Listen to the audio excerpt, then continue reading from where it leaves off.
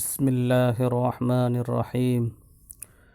مسلمانوں کے خلاف جو پروپیگنڈے سنگ پریوار والوں کی طرف سے کیے جاتے ہیں اور اس کو بہت بڑھا چڑھا کر پیش کیا جاتا ہے، ان میں ایک یہ ہے کہ اسلام میں غزوہ ہند کی پیشن گوئی کی گئی ہے کہ مسلمان آئیں گے، ہندوستان کے ہندوؤں کو قتل کریں گے، یہاں کے مال و دولت پر قابض ہو جائیں گے، اس کو لوٹ لیں گے اور جو یہاں کے حکمراں ہوں گے ان کو قید کر کے ہتھکڑیاں ڈال کر یہاں سے لے جائیں گے۔ اس پروپیگنڈا کو مسلمان اور غیر مسلم بھائیوں کے درمیان نفرت پیدا کرنے کے لیے بہت ہی شدت کے ساتھ پھیلایا جا رہا ہے اور کہا جا رہا ہے کہ مسلمان ہندوؤں پر حملہ کرنے کا پروگرام بنا رہے ہیں، لہٰذا اس کی حقیقت کو سمجھنے کی ضرورت ہے۔ اس سلسلے میں 3 نکات پر غور کرنا چاہیے۔ نمبر 1، اس سلسلے میں جو حدیثیں منقول ہیں وہ فنی اعتبار سے معتبر ہیں یا غیر معتبر، ان کا درجہ کیا ہے۔ نمبر 2، رسول اللہ صلی اللہ علیہ وسلم کے زمانہ میں ہند سے کون سا علاقہ مراد تھا۔ نمبر 3، یہ واقعہ پیش آ چکا ہے یا پیش آنے والا ہے۔ ان تینوں نکات پر غور کیا جائے تو مسئلہ اچھی طرح واضح ہو جائے گا اور اس اعتراض کی حقیقت معلوم ہو جائے گی۔ جہاں تک احادیث کی بات ہے تو اس سلسلے میں بحیثیت مجموعی 4 حضرات سے روایتیں منقول ہیں۔ نمبر 1، حضرت ثوبان رضی اللہ عنہ۔ نمبر 2، حضرت ابو ہریرہ رضی اللہ عنہ۔ نمبر 3، صفوان بن عمرو رحمہ اللہ۔ نمبر 4، کعب احبار رحمہ اللہ۔ غزوۃ الہند سے متعلق احادیث۔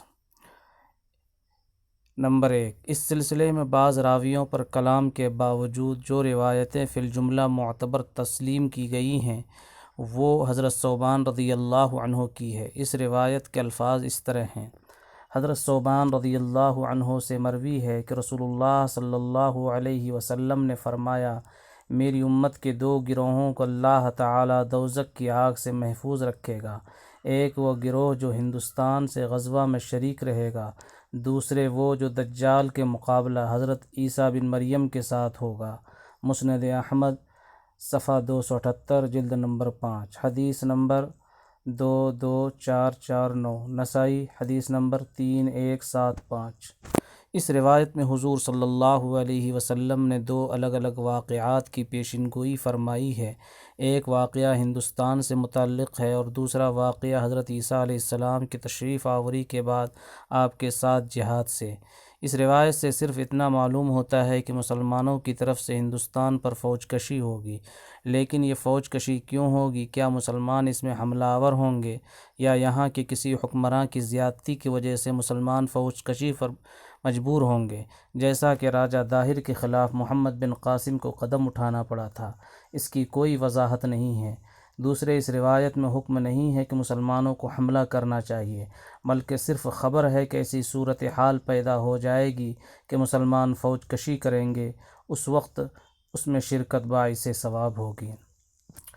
نمبر 2، حضرت ابو ہریرہ رضی اللہ تعالیٰ عنہ سے روایت ہے کہ رسول اللہ صلی اللہ علیہ وسلم نے ہم سے غزوہ ہند کا وعدہ فرمایا، تو اگر میں اس میں شہید ہو گیا تو بہترین شہداء میں ہوں گا، اور اگر لوٹ آیا تو ابو ہریرہ دوزخ سے آزاد ہوگا۔ مسند احمد جلد نمبر 2 صفحہ نمبر 229، نسائی حدیث نمبر 3174، نسائی شریف حدیث نمبر 3173 اور حدیث نمبر 3174۔ باب غزوۃ الہند۔ یہ روایت سند کے اعتبار سے ضعیف ہے کیونکہ اس میں ایک راوی جبر بن عبیدہ آئے ہیں اور ان کے بارے میں اہل فن جیسے علامہ مزی کا خیال ہے کہ وہ معتبر نہیں ہیں۔ علم رجال کے بڑے ماہر حافظ ذہبی رحمہ اللہ نے میزان الاعتدال میں بھی ان کی حدیث کو منکر یعنی ناقابل قبول قرار دیا ہے۔ میزان جلد 1 صفحہ 388۔ اور موجودہ دور کے 2 بڑے محدثین نے بھی اس حدیث کو ضعیف کہا ہے۔ ایک تو علامہ ناصر الدین البانی، انہوں نے ضعیف سنن النسائی میں حدیث نمبر 203 اور حدیث نمبر 203 کے تحت اس کا ذکر کیا ہے۔ دوسرے ڈاکٹر شعیب ارناؤت، جنہوں نے مسند امام احمد پر تحقیق کی ہے، انہوں نے بھی مسند احمد کی تخریج میں جلد 12 صفحہ 29 پر لکھا ہے کہ یہ حدیث سند کے اعتبار سے ضعیف ہے۔ حدیث نمبر 3، حضرت ابو ہریرہ رضی اللہ تعالیٰ عنہ سے روایت ہے کہ مجھ سے میرے خلیل صادق رسول اللہ صلی اللہ علیہ وسلم نے ارشاد فرمایا کہ اس امت میں ایک فوج سندھ اور ہند کی طرف جائے گی۔ حضرت ابو ہریرہ رضی اللہ تعالیٰ عنہ نے کہا تو اگر میں نے اس کو پا لیا اور اس میں شہید ہو گیا تو آزاد ہو گیا، یہی مقصود ہے، اور اگر میں واپس آ گیا تو میں ابو ہریرہ ہوں گا جس کو اللہ نے دوزخ سے آزاد کر دیا۔ مسند احمد جلد 2 صفحہ 369۔ اس روایت میں 2 خامیاں ہیں۔ ایک تو اس میں ایک راوی ہیں برا بن عبداللہ غنوی، ان کو محدثین نے ضعیف قرار دیا ہے۔ یحییٰ بن معین نے کہا ہے لم یکن حدیثہ بذاک، یعنی ان کی حدیث قابل قبول نہیں ہے، اور ضعیف کا لفظ بھی ان کے لیے استعمال کیا ہے۔ امام نسائی بڑے پایہ کے محدث اور ناقد رجال ہیں، انہوں نے بھی ان کو ضعیف کہا ہے، اور حافظ ابن حجر نے بھی تقریب التہذیب میں ان کا ضعیف ہونا نقل کیا ہے۔ دوسرے اس روایت کو حسن بصری حضرت ابو ہریرہ رضی اللہ عنہ سے نقل کرتے ہیں، لیکن ایک بڑے پایے کے محدث امام ابو حاتم فرماتے ہیں کہ حضرت ابو ہریرہ رضی اللہ عنہ سے حسن بصری کا سماع ثابت نہیں، گویا کہ اس کی سند میں درمیانی واسطہ کا ذکر نہیں ہے، اس لیے یہ روایت بھی قابل قبول نہیں۔ اسی بنیاد پر ڈاکٹر شعیب ارناؤت نے مسند امام احمد کی تعلیق میں فرمایا ہے کہ اس کی سند ضعیف ہے۔ مسند احمد جلد 14 صفحہ 419۔ اور ضعف کی وہی 2 جہتیں بیان کی ہیں جن کا ابھی اوپر ذکر کیا گیا ہے، لیکن اگر حضرت ابو ہریرہ رضی اللہ تعالی عنہ کی دونوں روایتوں کو دیکھا جائے تو اس میں ایک اشارہ یہ بھی ملتا ہے کہ یہ واقعہ حضور صلی اللہ علیہ وسلم کے بعد قریبی دور میں پیش آنے والا تھا، اسی لیے حضرت ابو ہریرہ رضی اللہ عنہ اس کے منتظر تھے کہ اگر ان کی زندگی میں ہندوستان کی طرف فوج کشی ہوئی تو اس میں شریک ہوں گے۔ دوسرے اس میں ایک لفظ ہے بعث الی السندھ والہند، ایک فوج سندھ اور ہند بھیجی جائے گی، تو اس سے یہ بات معلوم ہوئی کہ اس میں ہند سے ہند کا وہ علاقہ مراد ہے جس وقت مغربی پاکستان کا حصہ ہے، یعنی دریائے سندھ کے دونوں کنارے۔ حدیث نمبر 4،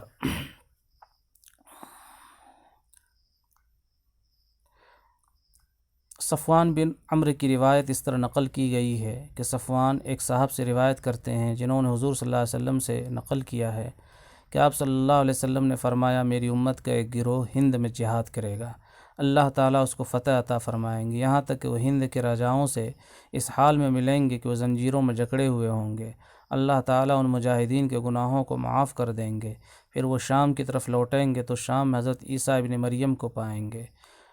نعیم بن حماد فی الفتن، حدیث نمبر 1182۔ بعض سندوں سے معلوم ہوتا ہے کہ یہ بھی حضرت ابو ہریرہ رضی اللہ عنہ ہی کی روایت ہے، اس کو 3 ذریعوں سے نقل کیا گیا ہے، ایک ولید سے، اور ولید محدثین کی اصطلاح میں تدلیس کیا کرتے تھے، یعنی اپنے استاد کا نام حذف کر کے اگلے شخص سے روایت نقل کر دیتے تھے۔ اب جس شخص کا نام نہیں لیا گیا ہو سکتا ہے وہ معتبر راوی نہ ہو، اس لیے ایسے شخص کی روایت محدثین کے ہاں اس وقت تک قبول نہیں کی جاتی جب تک وہ براہ راست اپنے استاد سے روایت سننے کی صراحت نہ کر دے، اور یہ کیفیت اس روایت میں نہیں ہے۔ دوسرا ذریعہ بقیہ بن ولید کا ہے، ان کی بھی یہی کمزوری ہے، یہ بھی تدلیس کرنے والے راویوں میں ہیں۔ تیسرا ذریعہ ارطاط ہیں، ان کی سند میں اتصال نہیں، یعنی بعض واسطے ذکر نہیں کیے گئے ہیں۔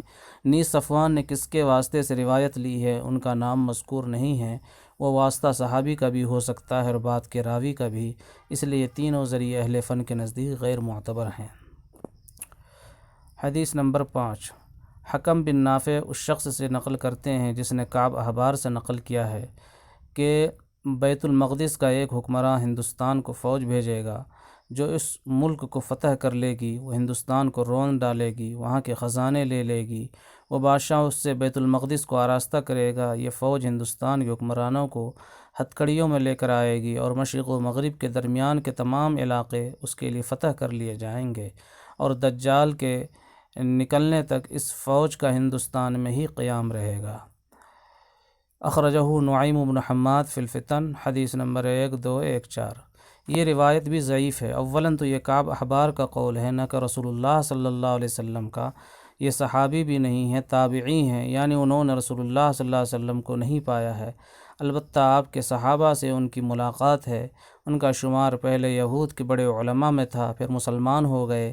تورات پر ان کی گہری نظر تھی، اس لیے بکثرت تورات کی روایات نقل کیا کرتے تھے۔ اس لیے مفسرین و محدثین ان کے اقوال کو قبول کرنے میں کافی احتیاط کرتے ہیں۔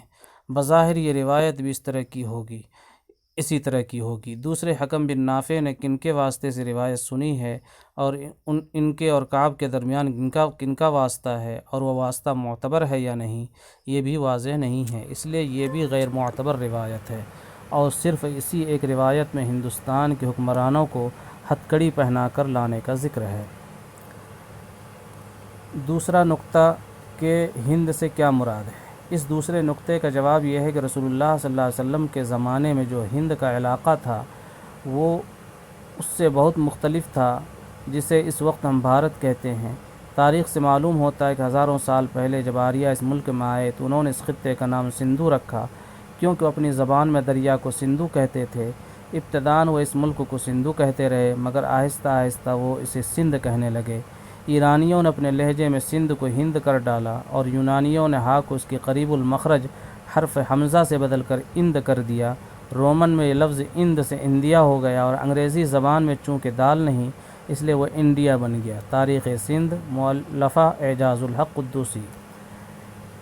یہ ہند موجودہ پاکستان کا علاقہ تھا۔ دریائے سندھ کے ایک طرف کا علاقہ سندھ اور دوسری طرف کا ہند کہلاتا تھا، لہٰذا حدیث میں جس ہند کا ذکر آیا ہے وہ موجودہ ہندوستان نہیں ہے جس میں اس وقت ہم لوگ رہتے ہیں اور جس کی راجدھانی دہلی ہے، بلکہ یہ علاقہ اس وقت پاکستان کی شکل میں موجود ہے، جہاں صدیوں سے مسلمان آباد ہیں، اور جہاں ایسی ہندو آبادی نہیں ہے جس کو زیر کرنے کے لیے کسی فوجی کارروائی کی ضرورت ہو، اور نہ ہی اس خطے میں ہندو راجاؤں کی حکومت ہے۔ تیسرا نقطہ، کیا غزوہ ہند ہو چکا ہے یا ابھی ہونا باقی ہے؟ تیسرا قابل غور نقطہ یہ ہے کہ یہ مہم انجام پا چکی ہے یا مستقبل میں انجام پانے والی ہے۔ تو بظاہر اس سے وہ فوج کشی مراد ہے جو سن 90 ہجری مطابق سن 712 عیسوی محمد بن قاسم نے کی تھی، کیونکہ یہی عربوں کی پہلی فوج کشی تھی، اور اس طرح کی پیشن گوئی میں پہلی فوج کشی ہی مراد ہوتی ہے۔ مسلمان اس ملک پر صدیوں حکمران رہے، اب بھی افغانستان، پاکستان جو گزشتہ زمانے کا ہند تھا میں مسلم حکومتیں قائم ہیں۔ موجودہ بھارت کی مشرقی جانب بنگلہ دیش ہے، اور قریب ترین سمندری پڑوسی مالدیپ ہے، یہ سب مسلم ممالک ہیں۔ خود بھارت میں 20 کروڑ مسلمان آباد ہیں جو اس ملک کے چپا چپا پر بسے ہوئے ہیں۔ نیز بھارت میں ہندو راجاؤں کی حکومت نہیں ہے، بلکہ ایک سیکولر حکومت ہے جس میں مسلمان بھی شریک ہیں، اور وہ یہاں کے اعلیٰ ترین سیاسی عہدوں پر فائز رہے ہیں۔ لہٰذا یہ دعویٰ کہ غزوۃ الہند ہونے والا ہے اور اس میں مسلمان یا کوئی مسلم ملک موجودہ بھارت پر حملہ کرے گا جس سے پیشن گوئی پوری ہوگی، ایک بے معنی بات ہے۔